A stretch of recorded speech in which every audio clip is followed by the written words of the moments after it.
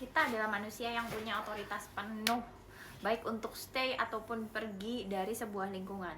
Jadi ketika kamu masih stay di lingkungan yang tidak menghargai kamu, yang membuat kamu pengen bunuh diri, atau membuat kamu tuh merasa sangat-sangat lelah berada di survival mode, berarti yang salah itu bukan orang lain, melainkan diri kamu sendiri. Kenapa kamu masih mengizinkan orang lain untuk membuat kamu merasa sedih, membuat kamu merasa sangat-sangat berada di survival mode terus-terusan, ya. Jadi jangan nyalahin orang lain, salahin diri kamu sendiri. Seharusnya ketika kamu sudah tahu ada lingkungan yang gak respect sama kamu, harusnya kamu sudah bikin exit plan, ya. Saat mereka sudah terlihat tidak respect sama kamu, saat mereka terlihat abusive sama kamu, seharusnya kamu sudah mikir untuk bikin exit plan, karena kamu adalah manusia yang berdaya. Kamu bukan korban, kamu adalah pemenang. Kamu punya tangan untuk bekerja, kamu punya kaki untuk pergi, kamu punya otak untuk memikirkan strategi-strategi apa yang bisa digunakan untuk menjadi manuver kamu meninggalkan lingkungan yang alay tadi. Kalau kamu masih punya moto apalah aku, atau kamu masih menyalahkan keadaan, aku tapi nggak bisa, aku ini nggak punya pendidikan yang tinggi, aku ini tapi kayak gini, ya kamu jangan fokus ke hal-hal yang buruknya, hal-hal yang kurang. Asal kamu tahu, mau tinggi ataupun enggak pendidikan, selama kamu punya rasa ingin tahu yang besar, selama kamu ingin belajar hal-hal baru, kamu akan selalu bisa survive. Karena kita adalah manusia, kita diberi akal, kepintaran untuk bisa survive. That's why kita bisa berhasil berevolusi dari ribuan tahun yang lalu, kita masih eksis sampai sekarang karena kita adalah manusia yang punya akal, punya pikiran. Selama kamu mau belajar, kamu pasti bisa melakukan apapun itu. For example, aku adalah anak yang lulus dari saat SMA itu aku ambil IPA. Kemudian saat kuliah, aku pengen menjadi anak HI, Hubungan Internasional, di Universitas Airlangga. Kalian tahu pada saat itu, tahun 2010 saat aku masuk kuliah, HI itu adalah passing grade yang tertinggi. Dan aku adalah pejuang SNMPTN. Ya, bukan PMDK, bukan apa, bukan. SNMPTN. SNMPTN itu yang seluruh Indonesia bersaing, ya, jalur paling murah. Ya, jadi apakah gampang anak IPA belajar IPS? Ya, buktinya aku bisa. Ya, itu satu. Aku shifting dari IPA ke HI itu juga hal yang gak mudah, tapi buktinya aku bisa. Aku bisa lulus juga dalam waktu 3,5 tahun, itu cukup cepat ya. Dan itu aku sambil kerja juga, jadi penjaga museum lah ya, atau tour guide museum di salah satu tempat di Surabaya. Aku sambil ikutan modeling, sambil ikutan organisasi dan lain sebagainya. Oke. Terus aku setelah lulus dari HI, apakah aku menjadi diplomat? Tidak, aku masuk ke dunia perbankan, which is itu aku harus belajar lagi. Ya, ternyata apa? Bisa. Ya, terus pas aku sudah selesai di dunia perbankan, akhirnya aku jadi apa? Jadi pedagang online, belajar tentang ads, digital marketing dan lain sebagainya. Apakah itu bisa? Bisa, karena aku ngikutin market, aku mau belajar. Oke, terus setelah aku menjadi social media specialist bla bla bla, ya, aku kuliah lagi, kuliah S2. Dan saat itu usia aku juga udah gak muda, anakku udah 3, aku kuliah S2. Ya, mungkin ada yang nanya, Kak, kalau kita ini masih pengen kuliah padahal udah punya anak, apakah boleh? Aku lulus S2 itu saat anak aku udah 3 dan aku masih bisa jadi mahasiswa terbaik, dipanggil tuh ya sama Pak Rektor ya waktu lulus, mahasiswa magister ya. Nah, itulah ya. Jadi kita itu selalu punya akal.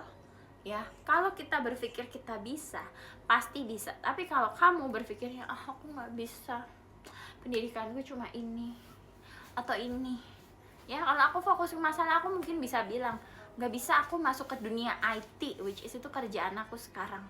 Ya, aku kan dulu anak HI, anak komunikasi, aku nggak belajar hal-hal teknis. Buktinya aku bisa masuk ke dunia IT.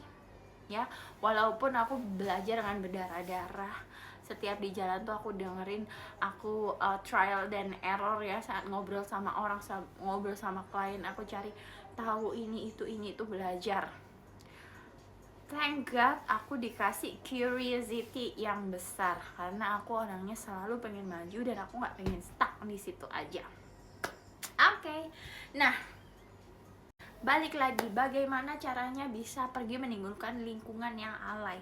Ya, selama kamu itu mau menggunakan akal kamu, tangan kamu, kaki kamu untuk berdaya, kamu akan selalu punya pilihan lebih banyak. Lingkungan yang alay di sini tidak cuma relationship, contohnya tidak cuma marriage, ya, tapi lingkungan alay bisa juga keluarga. Kalau kamu berdaya, kamu bisa punya tempat tinggal sendiri, menjauh dari keluarga kamu yang toksik, ya. Aku nggak ngajarin buat jadi durhaka, enggak, sama sekali enggak, karena orang tua yang toksik, keluarga yang toksik itu tidak untuk dilawan, tapi kita tuh cukup bijak dan cukup kuat untuk membuat boundaries. Itu aja intinya. Contoh lain, saat kamu tuh punya pekerjaan atau lingkungan kantor kamu alay, ya kamu harus berdaya. Kak, tapi aku ini nggak punya skill ini untuk ini. Ya udah, kamu belajar ya. Sekarang tuh banyak sekali course online ya. Skill itu gampang sekali dicari. Ada yang gratis ya, banyak yang gratis, ada juga yang bayar.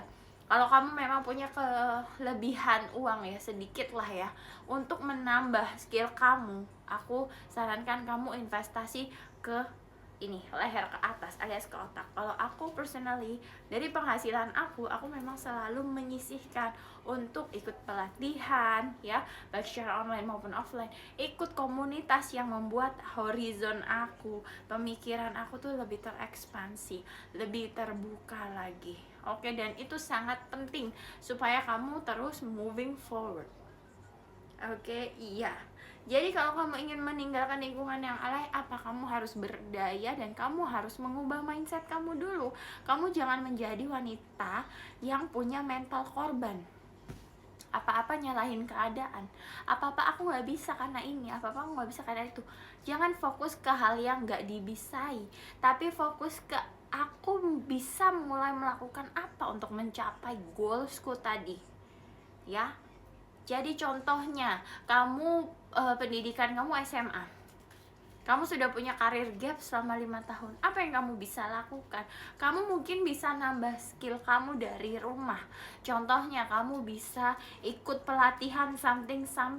Kamu bisa buka Coursera, kamu bisa buka Udemy, kamu bisa buka LinkedIn. Banyak banget platform-platform yang menyediakan pembelajaran. Atau kamu bahkan bisa buka YouTube.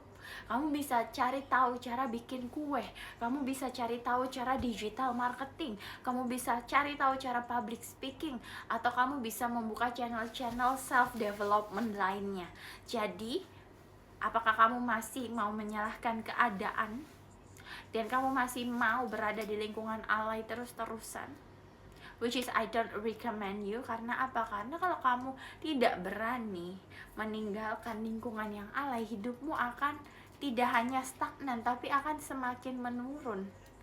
Karena kamu berada di lingkungan yang secara konstan meremehkan kamu, membuat kepercayaan diri kamu rendah, membuat kamu semakin bersedih, dan potensi kamu akhirnya tertutup. In real life, aku pernah merasakan itu. Aku pernah sampai nggak mau ketemu orang karena aku nggak pede ya. Bayangin, aku dulu yang seorang model, saat aku hamil melahirkan, berat badanku naik 30 kilo ya, terus hiperpigmentasi di mana-mana. Aku sampai nggak mau ketemu orang karena setiap kali ketemu orang pasti dibilang, ih kok gendutan ya. Tapi I change that.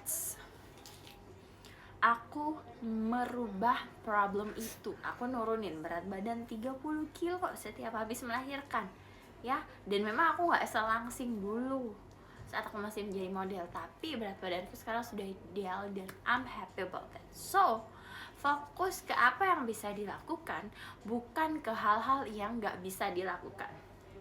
And get ready to change your life.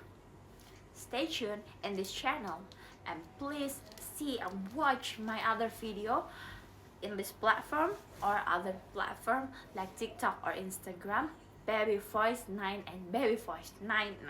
I also have an ebook, so you can purchase it on the link on the bio. See you and I see you.